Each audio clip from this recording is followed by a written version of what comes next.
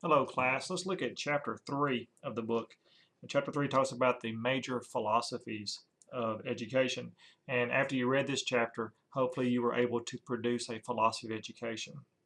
You'll notice the very first thing it talks about on page 49 is it says, what is philosophy?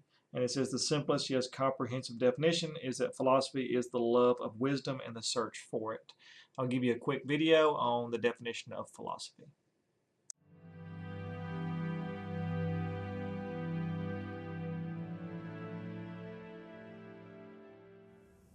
Welcome to this course on philosophy of education. My name is Stephen Hicks. I'm a professor of philosophy, and one of my very strong areas of academic and professional interest is education. In this course in philosophy of education, a good place to start is with two natural questions. What is education? What is philosophy? And then a third follow-up question, what does philosophy have to do with education? Now, in this course, we're not going to presuppose extensive background knowledge in educational theory and practice, nor are we going to presuppose extensive background knowledge in philosophy, so we can start at the beginning, so to speak. So, with that in mind, let's go to the board here where I have the title of the course, Philosophy of Education, written down, and start with those two questions. First, education. What is this? If we were to try to define it or come up with an explanatory descriptor sentence in the first place, how would we go about doing so? Well, we might start by brainstorming the kinds of things that come to mind when we think about education. Certainly we start to think about knowledge, so we can write that down. We might think about skills, right, that operationalize or put the knowledge into practice. We, in a social setting, know that there is a student. Usually the student is a younger person. If it's a social activity, the person is not self-taught or an autodidact. There's typically a teacher, right, an instructor who is guiding the person right through the process. It is a process. Might be an important concept here. Typically, it's a longer process. Starting with younger people, typically the teachers are older people who are more experienced, but at a certain point, we want the students not to be under the tutelage of a teacher anymore, that we're trying to transform the students into adults who, once they've finished their formal schooling and their formal education, can go forth and live their lives more independently. They may be lifelong learners, of course, but that's not primarily what the educational process is about. Okay, now suppose we then tried to put all of this together in a definition. We say, all right, here is education. All right, definition. It's a process of learning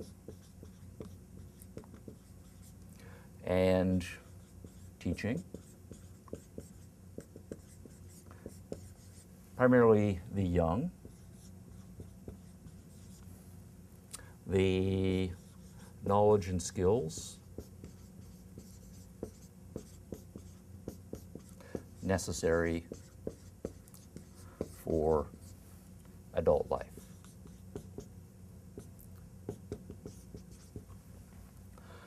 All right, good starting point.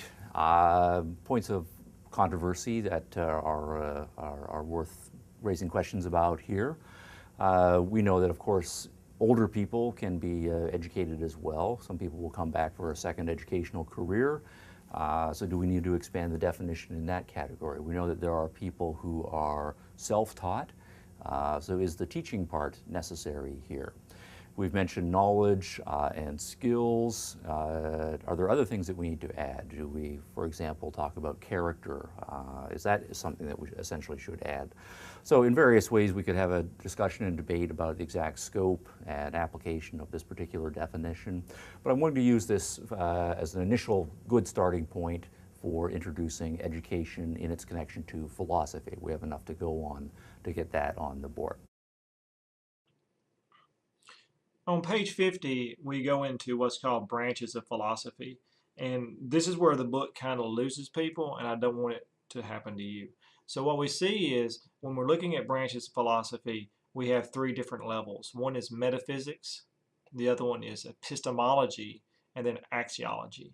So as the chapter continues, you will see that it talks about traditional Western philosophies, and it talks about, for example, idealism.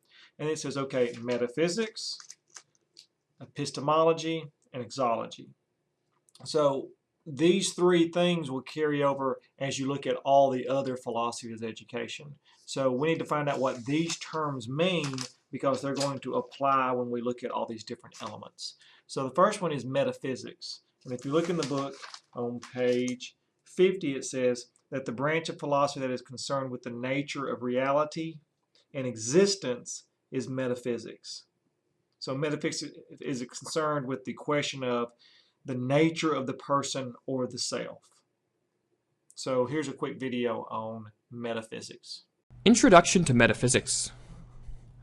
The philosopher Immanuel Kant once referred to metaphysics as a bottomless abyss and a dark ocean without a shore, while the American philosopher William James called it nothing but an unusually obstinate way to think clearly. In this lecture, we are going to provide an introduction to metaphysics. To do so, we will look at the history of the discipline, examine its subject matter, and discuss the 20th century philosopher Ludwig Wittgenstein's influential views on metaphysics. Metaphysics is a branch of philosophy whose roots stretch back to the time of the ancient Greeks, approximately 2,500 years ago. Along with ethics, epistemology, and logic, metaphysics is considered one of the main branches of philosophy. While there is no agreed-upon definition of metaphysics, it is often described as the discipline which is concerned with the ultimate nature of reality. However, to those not familiar with metaphysics, such a definition will prove rather vague. So in order to better grasp its subject matter, it will be helpful to examine the history of the discipline. A few hundred years following his death around the 1st century BC, Aristotle's works were being published in the ancient city of Alexandria. One of the works published was given the title Metaphysics, which literally means after the physics. This title was not meant to reflect the content of the treatise, as Aristotle had referred to the subject matter of it as first philosophy or theology. Rather, it was given this title because it had followed or come after the publication of a treatise by Aristotle titled Physics. However, due to Aristotle's immense influence, the word metaphysics soon evolved from merely being the title of one of his books to becoming the name of an entire philosophical discipline. While Aristotle's work covered a wide array of topics, there are two underlying themes to it, which many have pointed to as constituting the essence of metaphysics. The first of these themes is the study of first causes, or in other words, that which does not change and from which emanates the things in this world we experience. The interest in first causes is why God has been a prominent topic of metaphysics throughout history. The second theme is the study of being or existence, in which Aristotle attempted to identify and delineate the fundamental categories of being. The study of being is simply the study of that which is or that which exists. While Aristotle's conception of metaphysics continues to be influential up to the present day, the discipline did see some important developments in the 17th and 18th centuries. During this time, a group of philosophers known as the Continental Rationalists began to distinguish between what they called general metaphysics and special metaphysics. General metaphysics, or what they also referred to as ontology, is the study of being or existence and is in line with Aristotle's conception of metaphysics. Special metaphysics, on the other hand, was divided into three disciplines: cosmology, rational psychology, and natural theology. However, while general metaphysics was concerned with being at a broad fundamental level, special metaphysics addressed more specific questions concerning existence. Topics addressed within special metaphysics included such things as immortality, freedom of the will, and the mind-body problem. The interest with these more specific issues continues to the present day.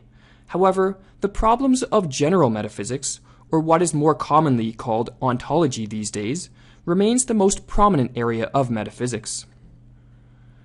Present-day ontologists, it should be noted, are not generally concerned with what the concept of existence means. Rather, they try to provide accounts or inventories of the things that do exist. Or in other words, like Aristotle, they are concerned with identifying the fundamental categories of being. Thus, ontologists will try to determine whether such things as properties, numbers, events, relations, souls, material objects, or universals exist, and if they do, what the characteristics of such things are. The question of whether universals exist is one of the oldest questions of ontology and has been debated since the time of the ancient Greeks. Universals are things which can be instantiated or shared by different individual objects. Examples of universals include redness, squareness, and beauty. Obviously, there are many different things which can be red, square, or beautiful, but the question is whether the universals themselves have any sort of existence apart from the particular things they occupy. Along with these questions of ontology, metaphysicians today, like the continental rationalists, also examine more specific questions. Topics addressed by contemporary metaphysicians include the nature of time and space, the mind-body problem, causality, what it means to be a person, and the problem of free will, amongst others.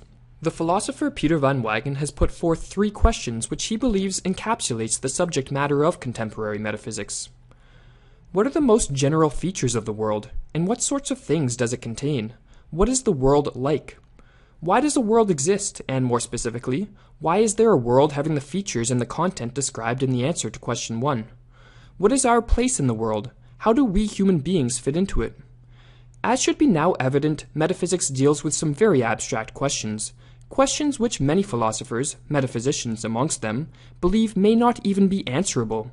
In fact, the 19th century philosopher, F.H. Bradley, wrote somewhat humorously, "Metaphysics is the finding of bad reasons for what we believe on instinct."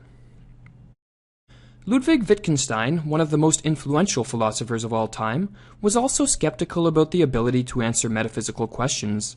As he wrote, "Most of the propositions and questions to be found in philosophical works are not false but nonsensical.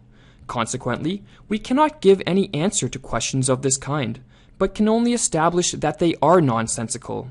They belong to the same class as the question whether the good is more or less identical than the beautiful." What did Wittgenstein, who it should be noted is by no means the clearest of philosophers, mean when he said that most philosophical propositions and questions are not false, but rather nonsensical? K.T. Fan provides an explanation in his excellent work, Wittgenstein's Conception of Philosophy. His point is simply this: philosophical propositions are not false. They do not misstate facts which could be correctly stated, for they do not state or misstate any facts at all. They merely look like propositions but are in reality not propositions in the strict sense. The attempt to say something, in the sense of stating propositions, about what transcends the world, the inexpressible, results in nonsense. In other words, Wittgenstein did not believe that the questions posed by metaphysicians could be answered with the use of language. Instead, the problems of metaphysics, according to him, transcend the world, or as Wittgenstein put it, "The solution of the riddle of life in space and time lies outside space and time," or alternatively, "There are indeed things that are inexpressible. They show themselves. They are what is mystical." However, it should be noted that even though Wittgenstein did not believe that most of the problems of metaphysics could be answered, he was not completely against the discipline. In fact, he was heavily influenced by the 19th century German philosopher Arthur Schopenhauer, who put forth one of the most elaborate and extensive metaphysical systems in the history of philosophy. And to conclude this lecture, we will provide a quote by Wittgenstein, which reveals his appreciation of metaphysics. "Don't think I despise metaphysics or ridicule it. On the contrary, I regard the great metaphysical writings of the past as among the noblest productions of the human mind." All right, so now let's talk about this epistemology.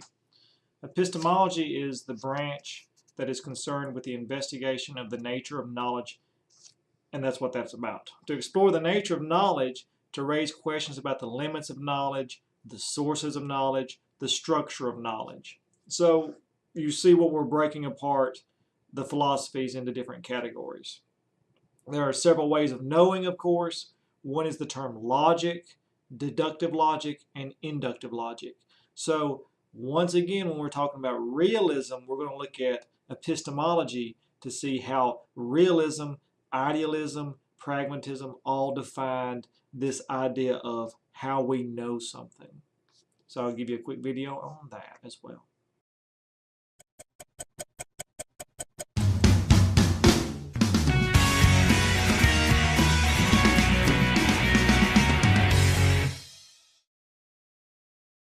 Epistemology is a field of utmost complexity and depth, often making it hard to read epistemological writing. But don't worry, if we understand this field to be one of philosophical inquiry, which focuses on knowledge and how it can be acquired, this helps us on our way. It doesn't only deal with how knowledge can be acquired, but to what extent something can be known. Epistemology is concerned with the nature of truth and if or how that truth can be known for sure, or justified in the mind of man. Within this field, there are two commonly regarded sources of knowledge, a priori and a posteriori. A priori knowledge is that which is gained independent of experiences. For instance, the idea that a thing equals itself. A posteriori knowledge is that which is rooted in experiences. Most philosophical camps align with these two sources of knowledge. For example, empiricists believe that most, if not all, knowledge comes from experiences. Idealists, on the other hand, believe that truth is inherently innate. Prominent idealists include Plato and Immanuel Kant. Now, there are many stances that take a middle ground, and even some that consider the question in a different way altogether. All right, so now we see that epistemology talks about knowledge. So when we see the term axiology, we find out that deals with values. So when we break apart these philosophies of education, we need to make sure we know this terminology, which is axiology. And of course, we have judgment, ethics, aesthetics, in terms of beauty, nature, and the arts, and items such as that. So just a quick video on axiology now.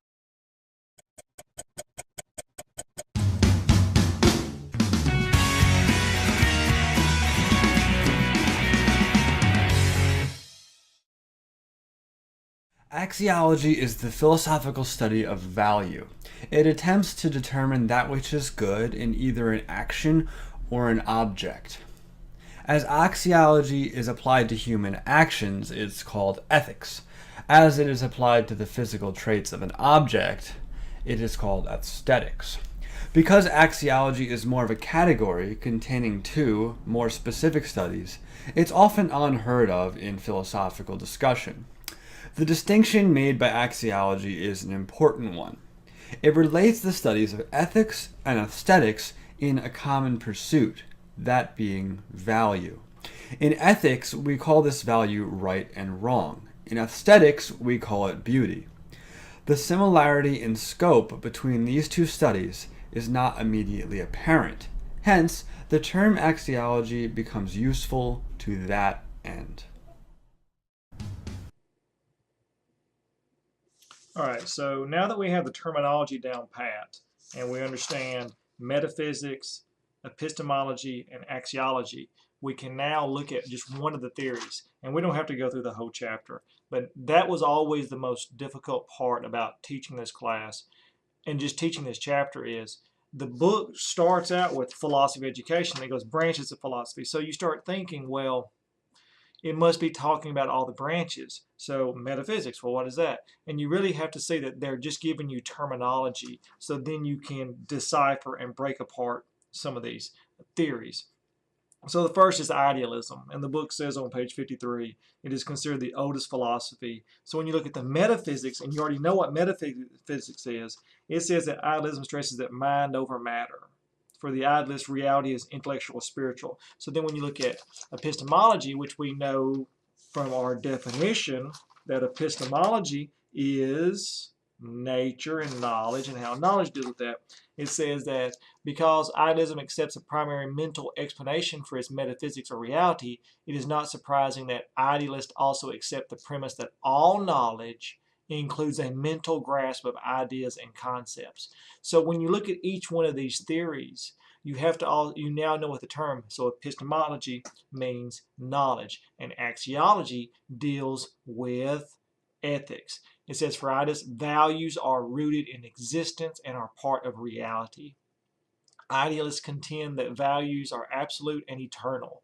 There are universal standards of moral behavior. All right, so now you see how you can break apart each one of these theories. So you can say, my philosophy of education is values are part of nature and that they are always eternal truths. So that's more lined up with idealism. But then as you flip through the book and you get into realism, realism says that values are absolute and eternal and derived from the universal laws of nature.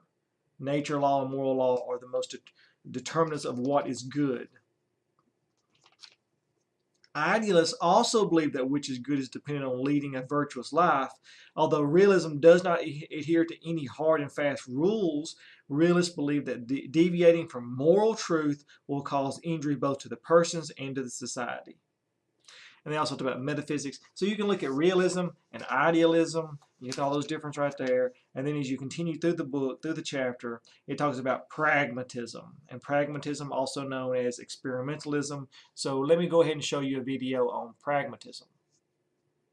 Philosophy can be more than wishy-washy flim-flam. Sometimes it can be practical.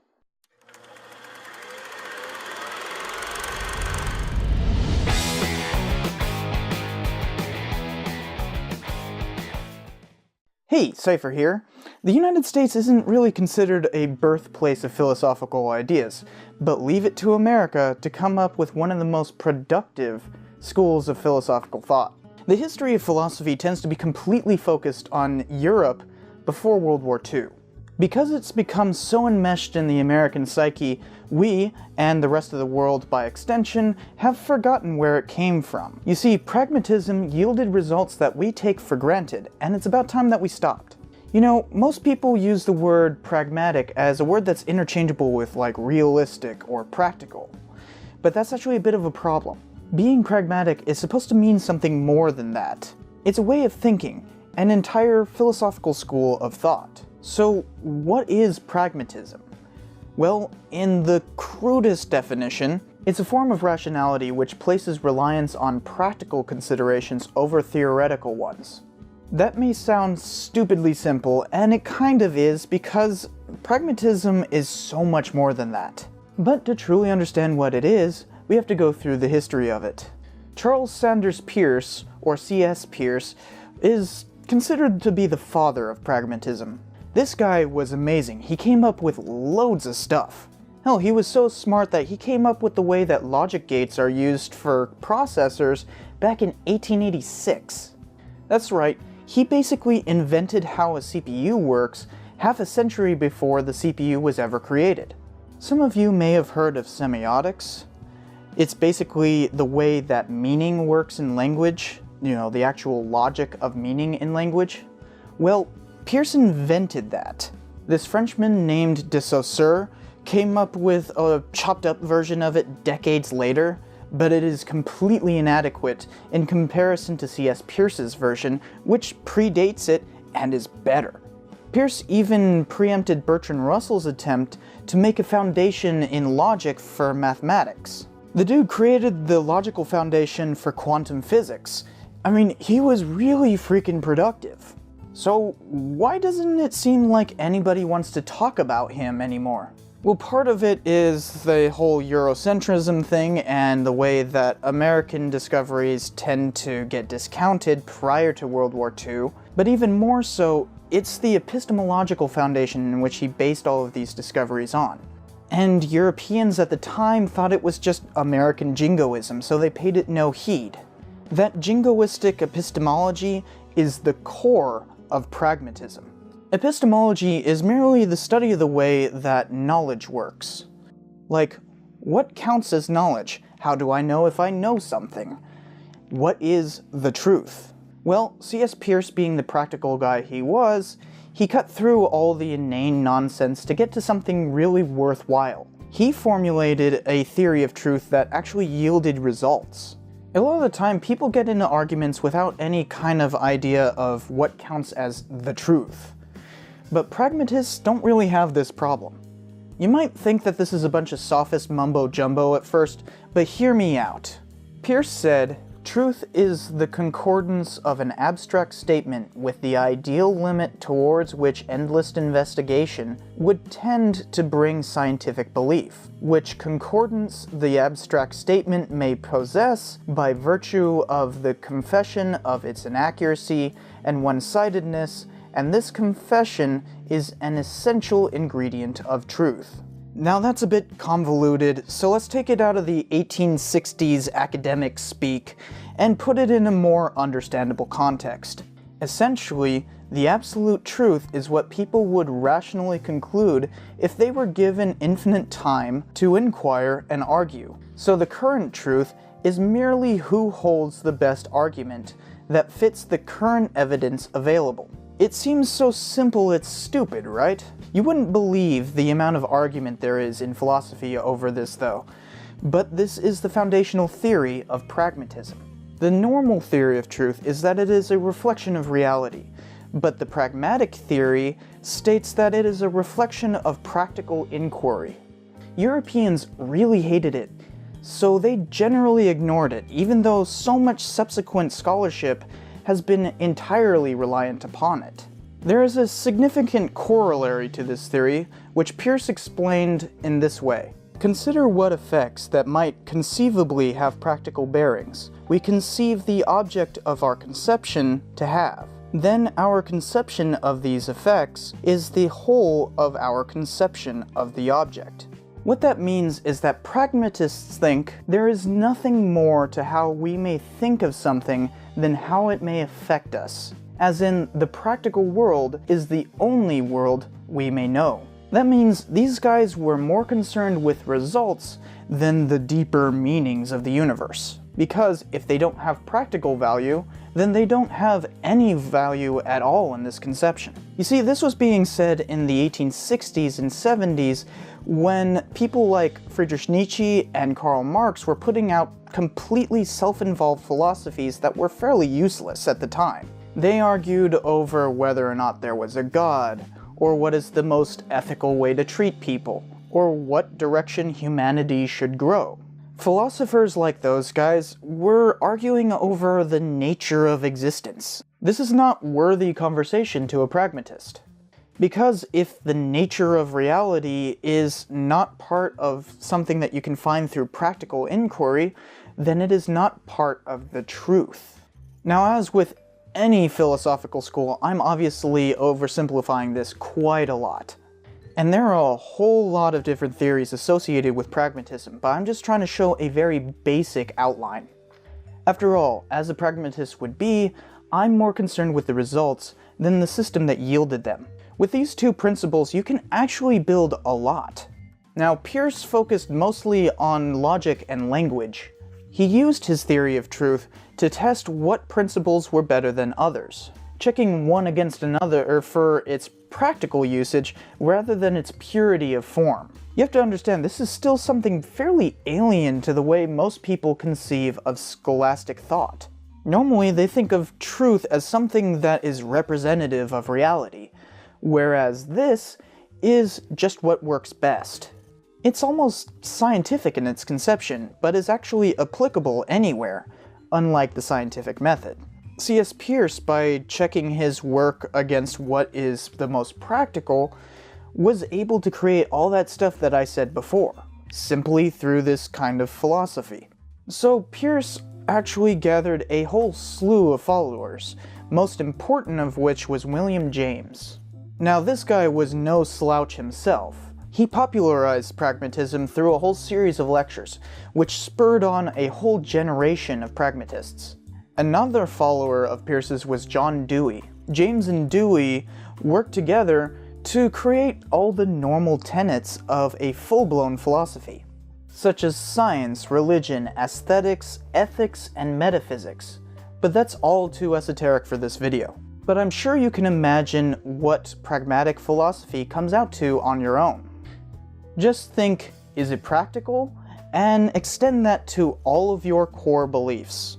Instead of delving into that, let's look at what they created that still affects your life today. For instance, James and Dewey created an entire branch of psychology called functionalism. They were not the first psychologists in America, but they were the most influential of the early ones. In America, he was actually more influential than Freud, and pragmatism took over the profession in the 1890s. A later pragmatist named John Watson took that idea of functionalism, combined it with conditioning, and created behaviorism in the 19-teens, which became the foremost theory in psychology for decades. Another guy named George Herbert Mead used pragmatism to create symbolic interactionism, which is one of the three major perspectives in sociology. It's often defined by stating, people act towards things based on the meaning those things have for them, and these meanings are derived from social interaction and modified through interpretation. This is still a standard part of sociology, but it wasn't popularized until the 1930s. You see how a simple conception of the world yielded tremendous results?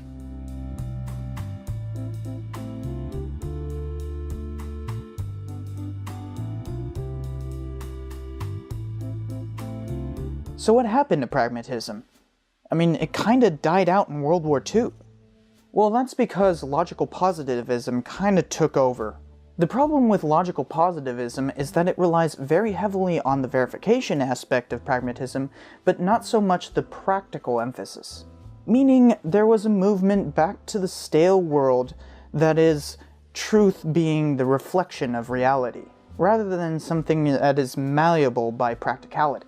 Now, pragmatism has actually seen a resurgence with the likes of Richard Rorty, but with the rise of postmodernism, that kind of philosophy has gone by the wayside. Since then, the word pragmatism has turned over to simply being practically minded, which is kind of too bad because this conception of truth has yielded tremendous results, as I have explained. It's kind of weird, yeah, but trying to say that the truth is merely who has the best argument, that seems to be a pretty good working definition, and that's the whole idea of pragmatism, is that it is a practical definition of truth. And that's why we have gotten so much out of it. C.S. Peirce was one of those geniuses that are easily equivalent to that of Aristotle, Descartes, Einstein, or Kant. Pragmatism is what he created to fuel that, and half a century of revolutionary theory followed in his wake. Now, you can probably see how it's uniquely American, right? Remember, every person I've mentioned thus far was American.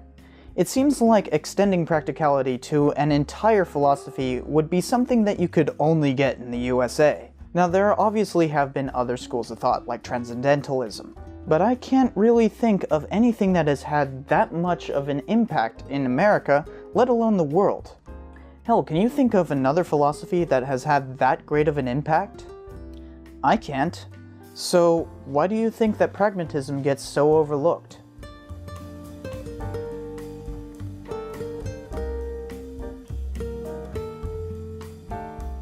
Philosophy.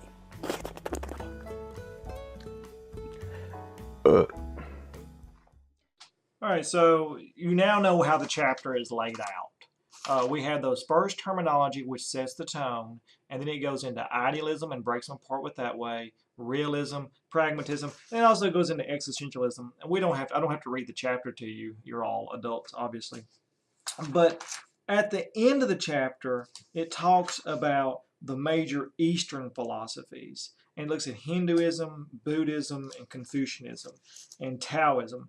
That's just 2 pages. You can go ahead and read that if you want to. That'll also help you out with that. So how do I write my philosophy of education? Now, you've already written your philosophy of education, but now that you know how to break apart these philosophies like idealism and how it looks at, so let's look at our key terms here. So I'm going to open up a Word document. So we know from, and I'll increase the font so it looks better.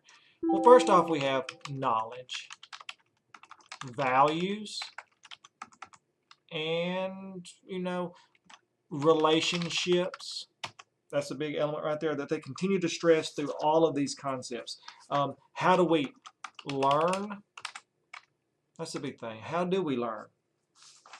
And then as you continue on, you look at all these different metaphysics, axiology, realism, such as that. how does the world relate to the learner? That's another question right there. So you see this as it flows throughout the philosophy of education with realism and all of these elements. What is my role in life? What do I accomplish in life? So when you write your philosophy of education, and you've already written it, but as you change it throughout your education field, you start saying, okay, what is a value? And how, as an educator, should I teach values to a student? So is my goal as an educator to make sure the state test scores are always passed so that we have a good school? Or is my role in education to help someone become the term they always use, a lifelong learner? So don't say that you are a realist. Take bits and pieces from all of these and say, okay, my belief in knowledge and who can learn and what they can learn lines more with pragmatists. So that's what you would say. And you say, well, who can learn and how do they learn? And what's my relationship to the world? Well, that's going to line up with maybe even some of the Eastern philosophies, maybe Buddhism and Hinduism and items such as that. So that's how you write your philosophy of education. You ask yourself, and that's whenever we're reading these philosophy of educations, we ask that, what is a learner? Who can learn? What should be taught? What is the role of the educator? What is the purpose of life and education? Where are values in society? So these are just questions that you would ask during your philosophy of education. And of course, as you teach and as you become an educator, as you go out to practicum and you go to student teaching, your philosophy of education actually tweaks and changes. And that's why we're always asking you for your philosophy of education, because we want to see if it changes or if it tweaks. So chapter 3 is very heavy with philosophies, and the whole point of it is they're trying to let you get a mindset that there are all kinds of different discussions when it looks at realms of philosophy and education such as that. So to prove that you listen to this lecture, just send me one word email that says Socrates. That's all you gotta say. So just send me an email that says Socrates, which I know you listened to the lecture. Simple as that. So when you look at these philosophy of education, I want you to take with you your philosophy of education that you have submitted and go, hey, I'm going to need this. Keep it as a file in your computer on a jump drive or something like that, or your Google Drive, and then change it as you go, because other teachers are going to ask you, what is your philosophy of education? And that's why we keep asking you for these, because when you go to practicum, your philosophy changes. So, and when you go student teach, your philosophy changes. And you need to see how that changes. That's the end of the lecture. It's a real quick one because the chapter's real quick. I hope you enjoyed it. I will see you in class next week.